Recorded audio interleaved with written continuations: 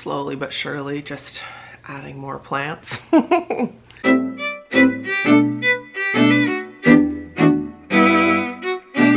Welcome back to another episode of the marathon. My name's Mare, and this is totally impromptu. Like most of my videos are. I don't even know why I'm giving you that disclaimer, honestly. If you have been watching the marathon for any length of time, you will know that I don't plan anything. I don't script anything.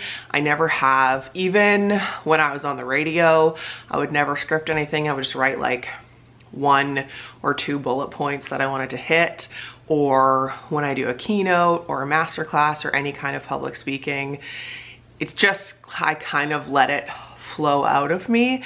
In fact, this weekend I'm doing my first in-person keynote since the book launch. My book, Finding Your Cape, How to Course Correct and Achieve Greatness When Things Don't Go As Planned, came out in January of 2019. Nope. January of 2020. What is time? Yes, it did. And that's the last time I did like a public speaking event. I did get invited very kindly to do quite a few keynotes via Zoom during the last few years. But anyway, I was just prepping for that keynote and writing little notes thinking like, it's just so interesting to me. It just flows out. Anyway, beside the point. This video is prompted by something that happened to me this morning, and also something that's kind of been marinating for a while. So yesterday, someone said to me like, "Are you doing okay?" I was like, "I'm fine." Like, what are you talking about? I'm totally fine. Cut to this morning, I'm on my bike in the basement sobbing. I was like, most certainly I'm not fine. And so I wanted to share that with you because my last few videos, from the engagement video to the Vegas vlog, I've been talking about how happy I am and how good I'm doing. At the end of the Vegas video, which was the last one I posted, I talked about how I didn't even feel the need to journal on that trip because I'm in such a good place. And something that therapy has taught me is 2 things can be true at the same time. You can be grieving and you can also be happy. You can be still struggling from the last few years and you can still be in love and finding joy and success. 2 things can be true. It doesn't have to be black or white or anything like that. We can live in that gray area. And I wanted to talk to you about that because there is this misconception that like, oh, it's been, say for example, this is how I'm feeling. It's been almost 5 years since Jeremy passed away. And I honestly emailed my therapist this morning being like, TBH, how is this still hard? Like, it's disappointing. And I know I accept it. Like, a tattoo I got is acceptance because that's something that's very helpful to me in my journey of life. I have found I cause myself more upset when I'm like fighting against a feeling instead of just accepting it. But I said to her, like, I don't necessarily want to accept that this is always going to be a tough time of year. Our bodies are fascinating. They hold on to things like trauma and remember specific times of year. So for me, like, I woke up Mother's Day and was instantly like under a gray cloud, which felt like for no reason, and I was mad about it. You know, when you're like mad that you're mad, or you're sad that you're sad, and it just like compounds. That's something that I've been really working on accepting so I don't. But for me, the period from Mother's Day until the anniversary of Jeremy's passing, which is June 9th, that month has always been just like a real struggle. It's Mother's Day, it's Thomas's birthday, it's our wedding anniversary, it's Father's Day right after Jeremy's passing. So like May and June are tough. But I don't want to accept that. Like, I don't want this always to be a tough time. And like, it's been 5 years. Enough already. I'm engaged, I'm happy, I'm in school, we're moving forward, I'm healthy, Thomas is doing well, he's about to turn 11, and yet. So I wanted to talk to you about that because I'm sure many of you are nodding, and I'm hoping exhaling a sigh of relief because you're not alone. That's like a huge reason why I've always filmed.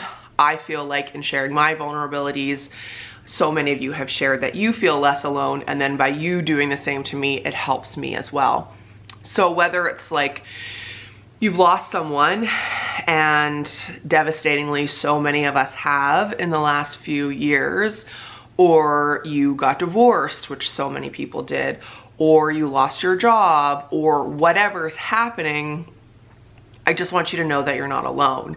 And like, you have gone through something, your body feels it, and that takes time, and that sucks if you're an impatient redhead like I am. I'm a Leo, I'm a redhead. I like to be productive, I like to problem solve, and I like to move on. But that's not always the case. For me, I feel like there's clearly still something that I need to like learn or work through. How I like felt it on the bike this morning was like, I feel like I still have stuff to release. Clearly, I'm not talking about like the memory of Jeremy or his presence or his legacy. Of course not. His legacy lies in Thomas and in me and in every single person he touched, which we know is hundreds of people who were inspired by him to work on their mental health or listen to him on the radio. But it's like a release of like holding on to some sort of like pain. And I just want you to know that like two things are true. So you see me happy, and I am happy, I am in love, I am thrilled, I am so honored to be engaged to the unicorn and us creating our life together.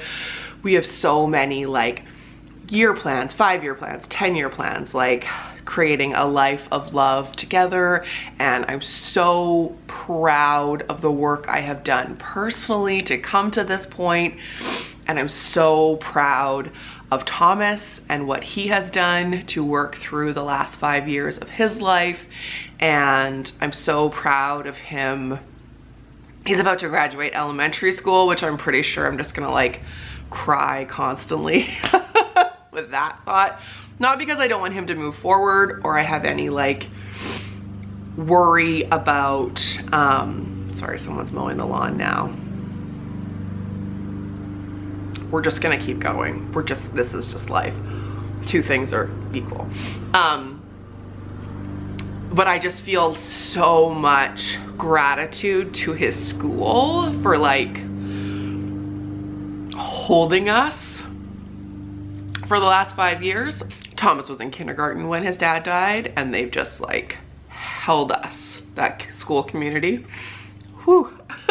That's a perfect example. I'm so thrilled that he's like moving into middle school, and I'm so proud of him, like his progress and his maturity and his independence.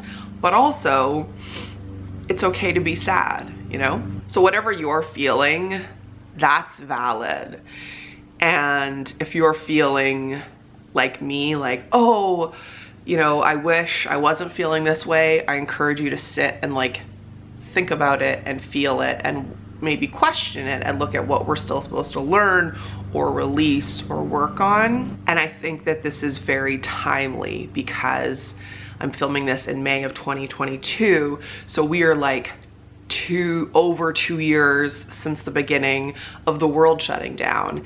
And like, that's a trauma. We've all been through a collective trauma in the last 2 years.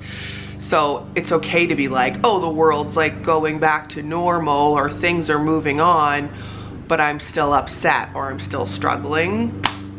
That's totally fine.